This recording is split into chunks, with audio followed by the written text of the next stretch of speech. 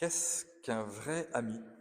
Soyez les bienvenus, chers amis, ce soir dans cette église Sainte-Jeanne d'Arc pour ce nouveau temps de l'école biblique de Rouen qui effectivement nous invite avec le Christ Jésus, mais aussi les figures de David et Jonathan, à réfléchir ensemble sur l'amitié et voir comment ce thème peut nous parler ce soir. C'est peut-être un thème qui peut vous paraître justement apparemment non chrétien, en vous disant, mais finalement, nous, dans nos rassemblements chrétiens, pourquoi est-ce qu'on va parler de ce vrai ami?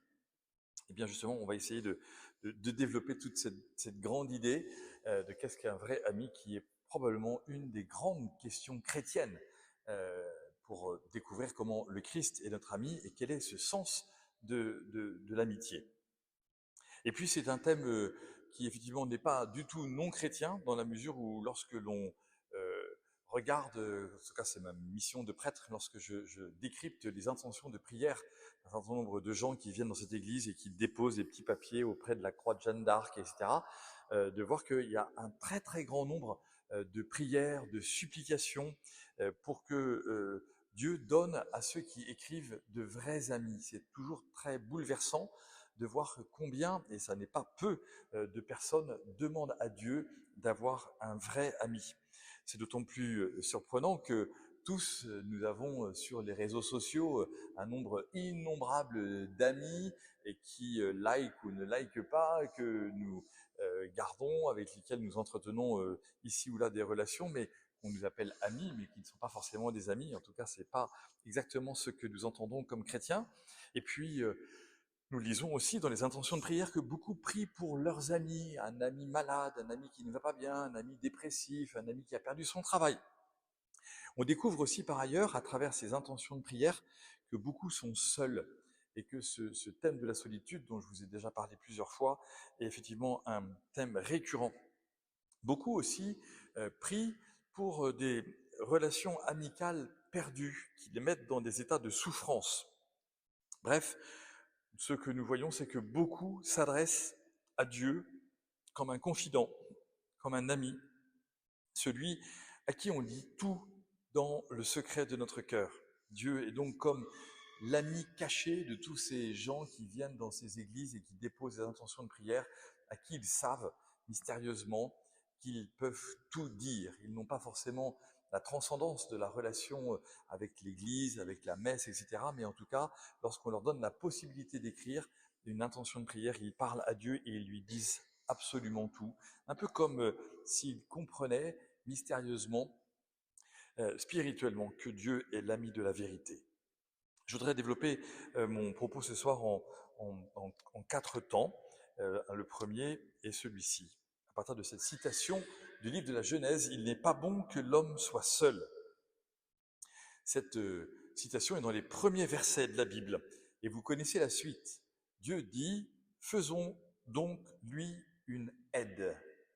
Et donc, nous avons immédiatement dans le livre de la Genèse la création de Ève, depuis le côté ouvert d'Adam. Je n'y reviens pas, ça n'est pas le sujet de ce soir. Mais en tout cas, ce que nous découvrons, c'est que il y a dès la première page de la Bible, dès après la création, eh bien, cette création de l'altérité, l'autre, l'autre. Et donc, nous comprenons que Dieu donne à Adam à la fois l'os de ses os et un tout autre que lui-même. Ce qui signifie, dans notre réflexion fondamentale ce soir, que l'ami, l'ami n'est pas comme moi. Et bien souvent, lorsque nous grandissons, lorsque l'enfant, l'adolescent et le jeune adulte grandissent, eh bien, ils doivent découvrir que l'ami n'est pas comme eux et qu'il va falloir du coup grandir dans un monde où nos amitiés seront toujours différenciées, où nos amitiés seront en fait une véritable richesse voulue par Dieu qui permet cette complémentarité dans nos relations. Le sommet de l'amitié est donc bien sûr comme marqué avec Adam et Ève, qui sont le premier couple, et donc surtout ceux qui sont appelés à s'unir pour porter du fruit. Et si on va au-delà de cette relation charnelle, eh bien nous découvrons qu'effectivement, il y a dans cette altérité que que Dieu nous donne. Il n'est pas bon que l'homme soit seul, faisons donc lui une aide. Il y a donc véritablement comme un projet de vie, un projet de construction, de confiance, de vérité, d'altérité, d'amitié. C'est donc le projet de Dieu que l'homme soit accompagné. Et j'ose y voir comme une première préparation de la venue de Jésus, du Messie sur la terre dans cette phrase. Quand Dieu dit « il n'est pas bon que l'homme soit seul », Dieu a déjà prévu d'envoyer un jour son Fils, le Verbe éternel. Une fois que nous avons dit cela, eh bien, entrons un peu plus profondément dans cette recherche de l'aide qui sont nos amis. Parce que cette recherche, nous le voyons bien, c'est effectivement la recherche du bonheur. Et ce bonheur donné par nos amis, il peut se déployer de bien des manières. Tout d'abord parce qu'on va pouvoir partager.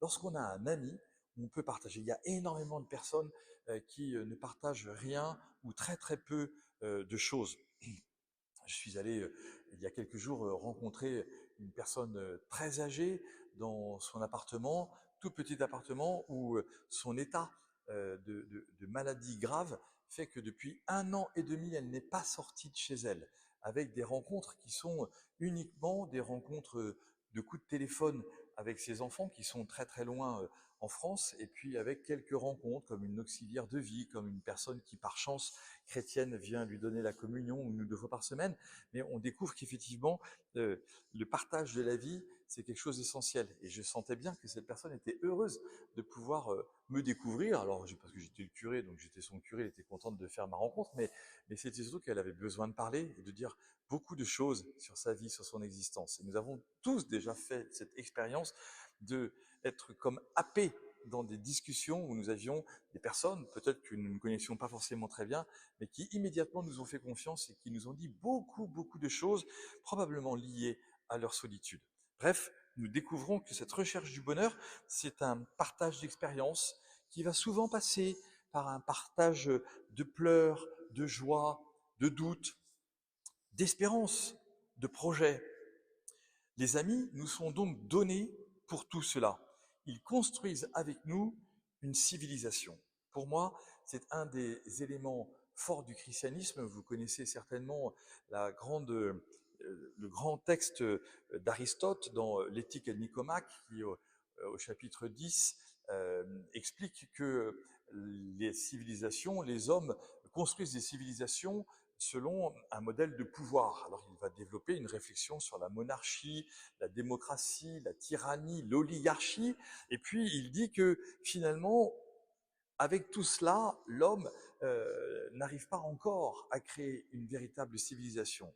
Et Aristote termine son document 3 siècles avant la naissance du Christ en disant « Ce qui est source de civilisation, c'est l'amitié. 2 amis construisent une civilisation. » Et je crois que lorsque nous regardons notre civilisation aujourd'hui, eh bien que ce thème de l'amitié est particulièrement prégnant parce que au cœur de nos sociétés horizontales où il n'y a plus jamais aucune transcendance, aucune verticalité, aucun lieu haut qui nous élève, qui nous conduit, c'est bien parce que on manque d'amis. Et nous voyons des bandes de gens qui cassent, qui ne sont pas les amis de la société dans laquelle ils vivent. Nous voyons des gens désœuvrés, dont on pourrait réfléchir très longtemps sur ce que veut dire désœuvré, qui effectivement se plaignent de la situation dans laquelle ils sont.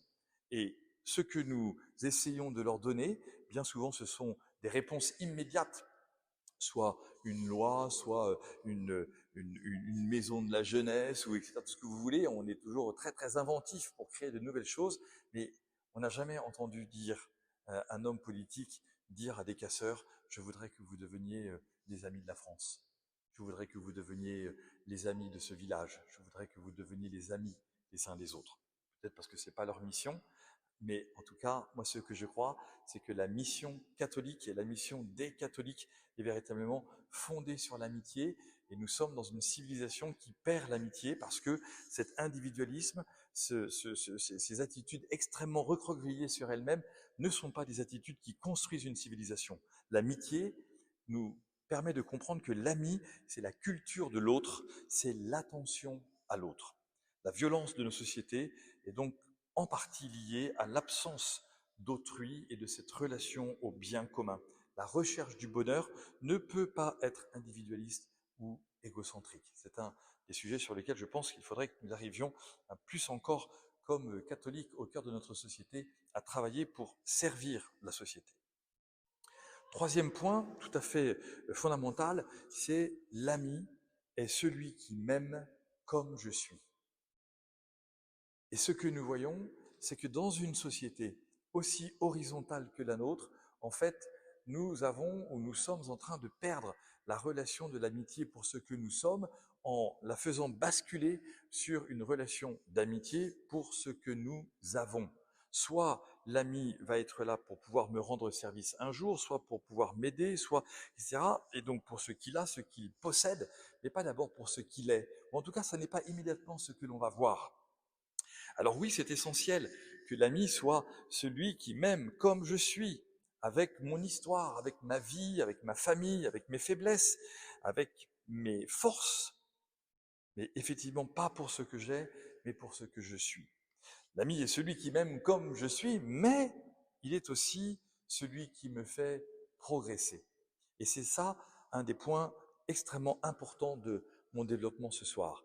Parce que l'enjeu, c'est effectivement que cette altérité, que cette complémentarité de l'ami soit une complémentarité qui va me permettre d'avancer, de progresser. Le premier point, et c'est là que nous revenons sur Adam et Ève, le premier point du véritable ami, c'est qu'il me fait progresser en amour.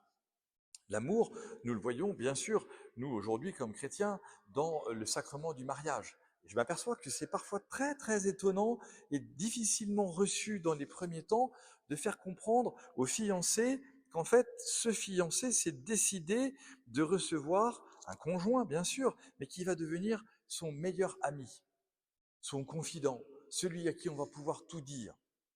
Et on comprend bien que c'est difficile parce que on a nos groupes d'amis, qu'on se marie plus tard aujourd'hui et que du coup on a déjà des groupes extrêmement constitués. On voit des gens qui effectivement, bien que mariés, décident de partir. L'ami nous permet d'entrer justement dans cette relation très forte qui dit je sais que je peux te faire confiance, je sais que nous avons une confiance mutuelle.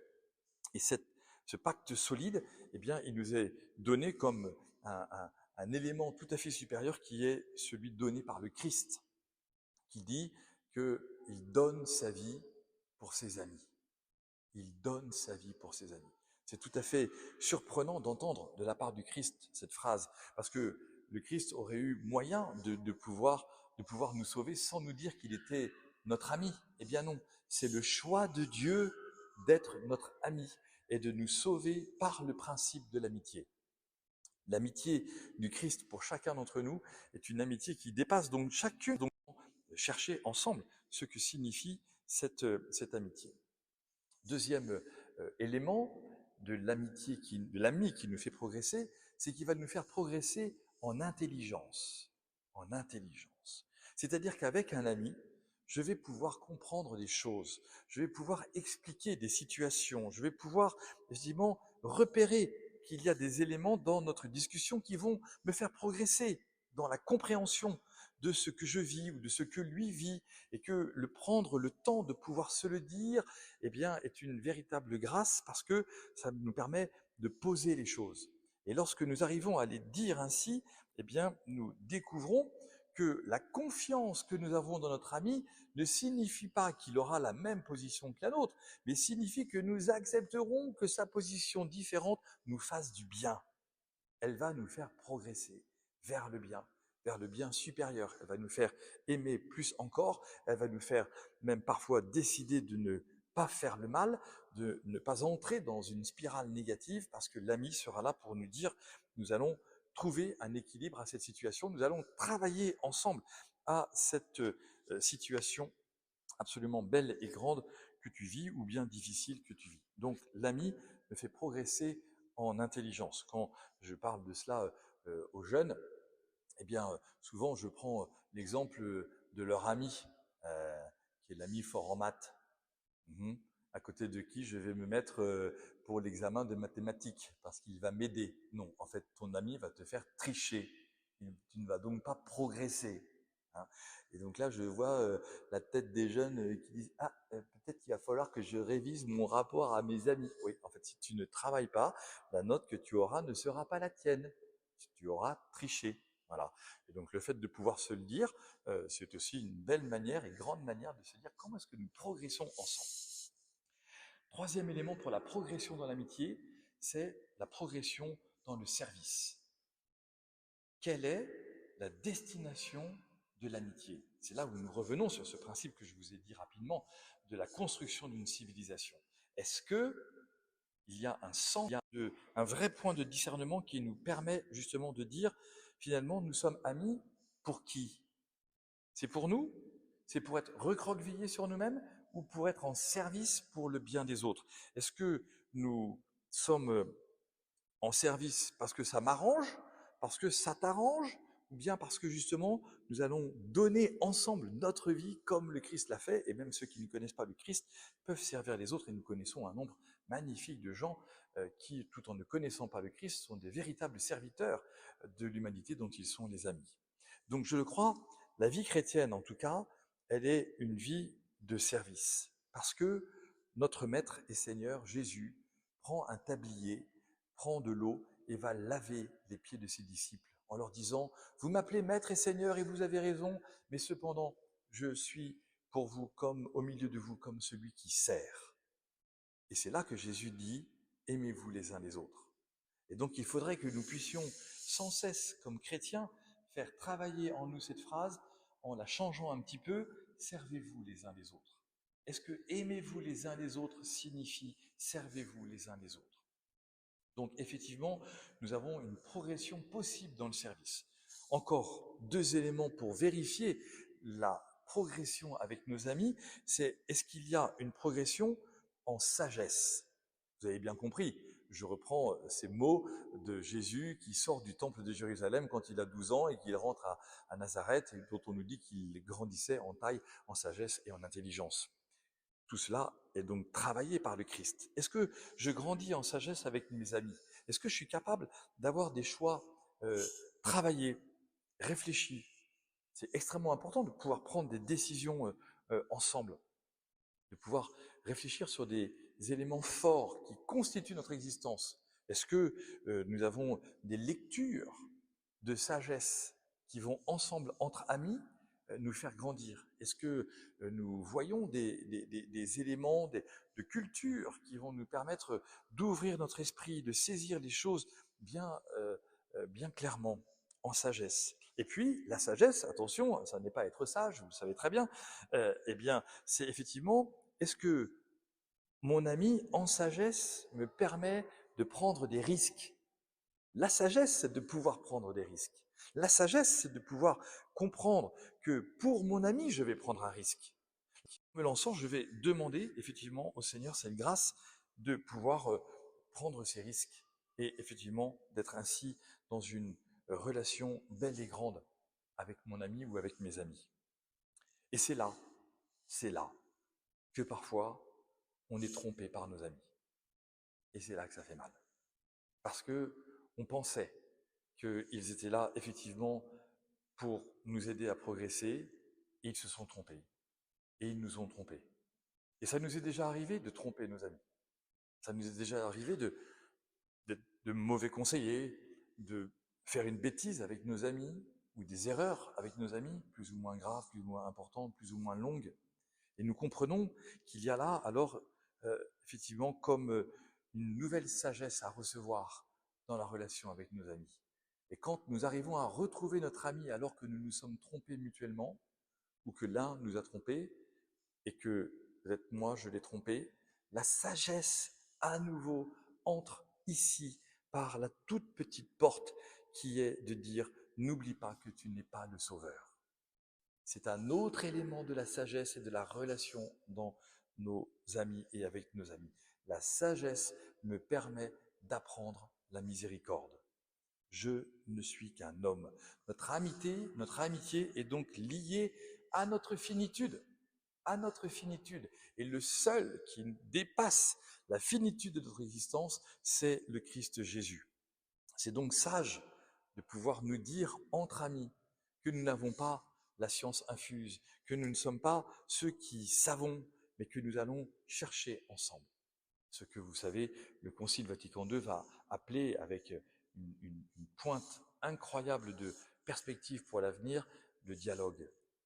Et le fait de dialoguer entre amis nous permet de dire, je ne fais pas un monologue avec mes amis ou avec mon ami.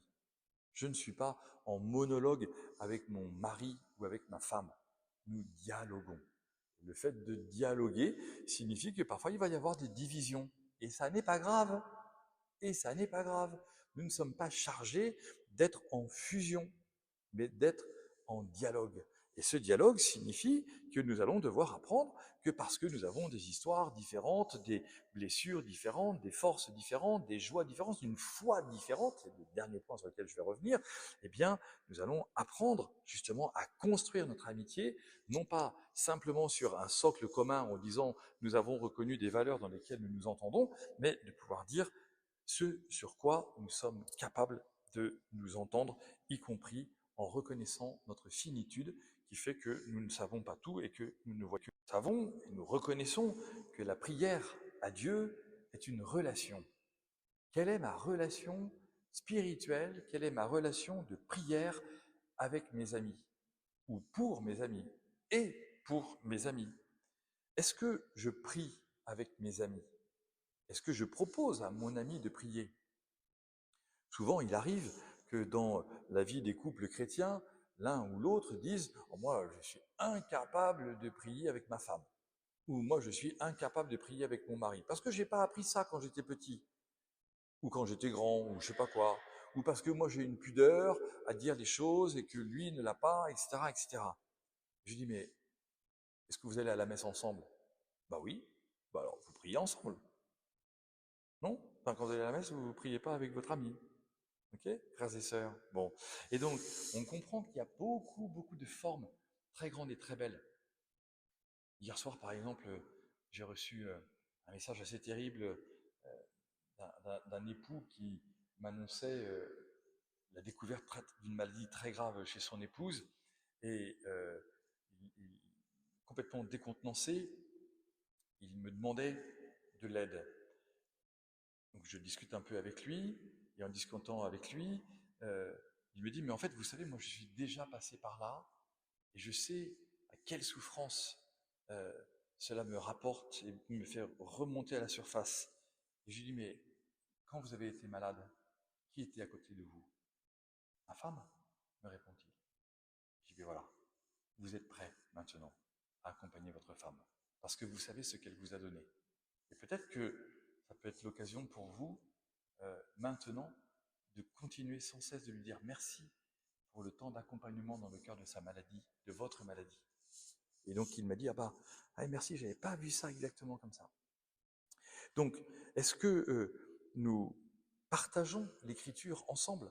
Est-ce que nous savons, entre amis, lire un évangile ensemble, nous arrêter un petit peu? Parfois, avec nos amis, on discute de plein de choses, mais si ce sont des amis chrétiens, est-ce qu'on peut ouvrir l'évangile et avoir la simplicité de dire, tiens, mais on passe beaucoup de temps ensemble et est-ce qu'on pourrait prier entre amis?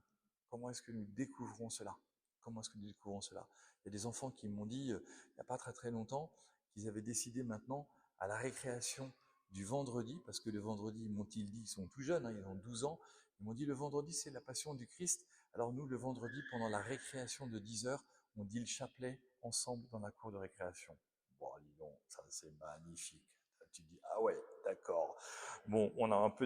Quand ces jeunes me disent, ben voilà, nous prions ensemble le vendredi jour de la passion du Christ, eh bien, c'est juste magnifique de voir ce qui se construit dans leur cœur. Avançons un petit peu. Quatrième point que je voudrais vous dire, l'ami me fait aussi accepter mes faiblesses. Vous voyez que ce n'est pas exactement l'ami qui me reçoit comme je suis. C'est un point nouveau. L'ami me fait aussi accepter mes faiblesses. Parce que l'autre me dit, dans ma vie, que je ne me sauve pas tout seul. Alors, je comprends que je suis limité et que l'ami m'est donné pour étendre l'infini de ce à quoi je crois. Et comme je ne suis pas tout seul, j'entre dans une dimension nouvelle grâce à mon ami, je suis destiné à la gloire. Je suis destiné à la gloire. Et nos amis nous permettent de comprendre notre destinée. Parce qu'avec eux, nous construisons quelque chose dont nous osons dire que cela ne s'arrêtera pas avec nous. Et que nous construisons ensemble avec eux quelque chose, une réalité, une église, une maison, une famille, une entreprise, un projet, une association qui va, nous l'espérons, nous le désirons profondément, aller au-delà même de ce que nous ferons sur la terre. C'est donc la manifestation d'un appel profond à la gloire. Voici l'ami, du coup, à qui je peux dire mes faiblesses. C'est la beauté de la confidence pour affronter la maladie, la détresse, les difficultés de la vie. Je ne suis pas seul. Alors, est-ce que je rends grâce à Dieu de ne pas être seul et de pouvoir ainsi me confier à celui qui est capable de m'écouter? C'est tout à fait magnifique de pouvoir un jour remercier son ami en lui disant « tu m'as écouté ». Et c'est là que nous découvrons toute l'organisation du plan de Dieu. Parce que si l'ami est celui qui écoute, que dit Dieu à l'humanité? Shema. Écoute. Notre vocation, c'est l'écoute.